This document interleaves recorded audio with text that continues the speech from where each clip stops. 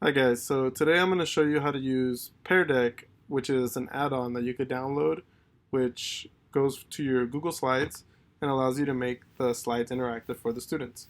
So you could either go ahead and incorporate this add-on to your existing Google Slides from your drive, or you can go ahead and create a new one. Let's go ahead and create a new one, just so you know what it's like from the beginning. So occasionally you'll have to reauthorize once you make your account, simply because it's using your Google account. Just to make sure that every time you reauthorize, you're reauthorizing with the account that you logged in with, not whatever account is open on the computer. Otherwise, it'll give you an error.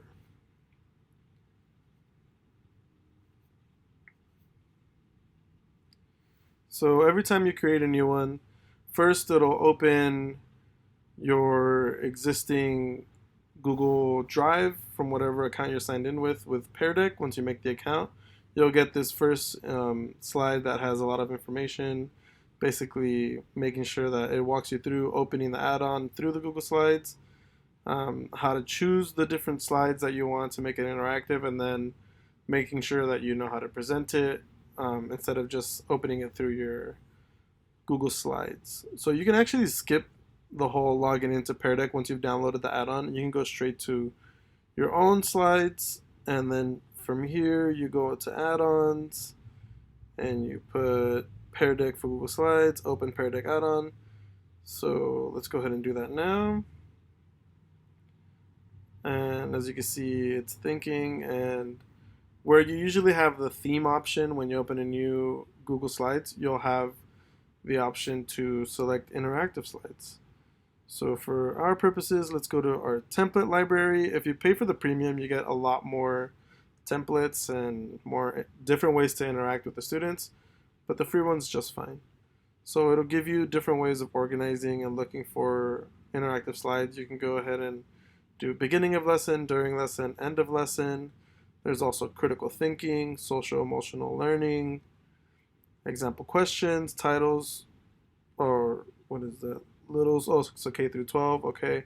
So this is the subject area column. So you can select interactive slides based on your subject area. Some of these actually work well with each other. For example, if I go to social studies, there's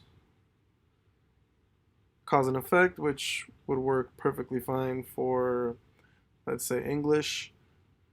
So for example, let's go ahead and use this one.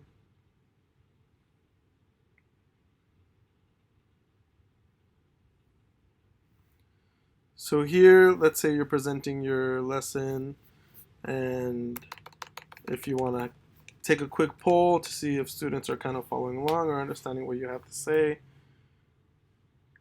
you can ask a question.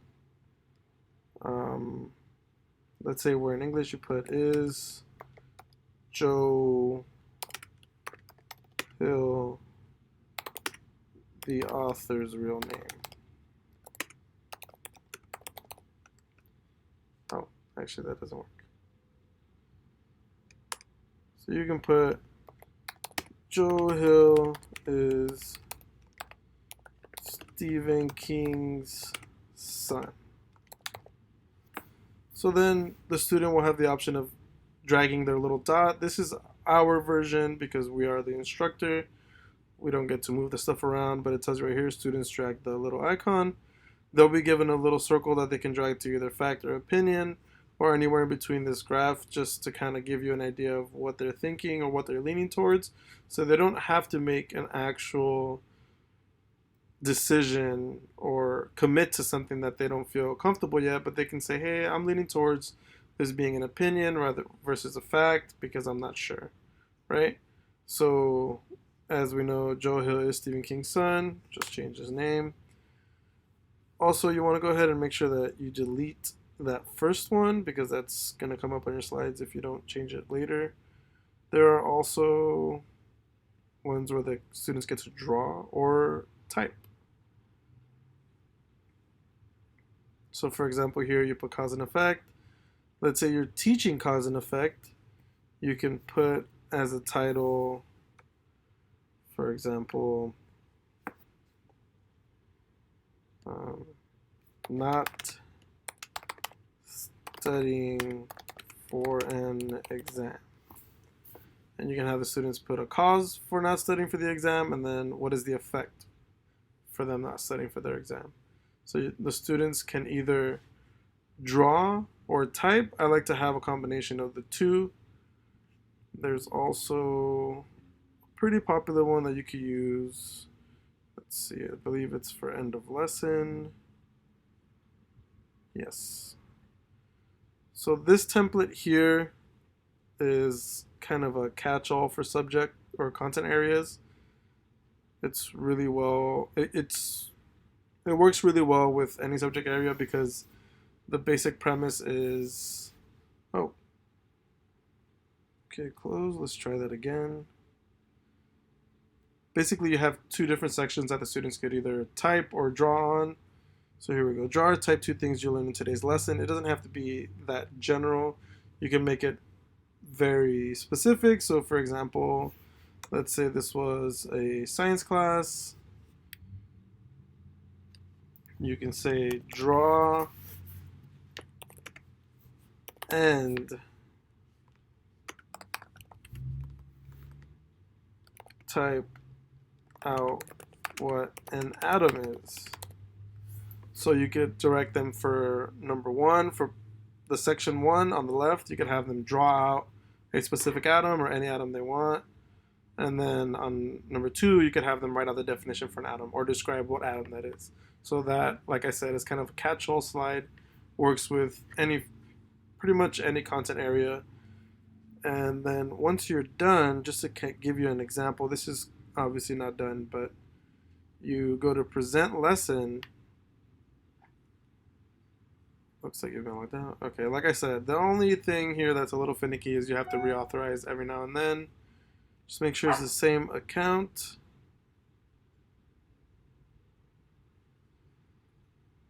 And then when this is launching the presentation, you'll have the students either on an iPad or on their Chromebooks or computers that the school has gone ahead to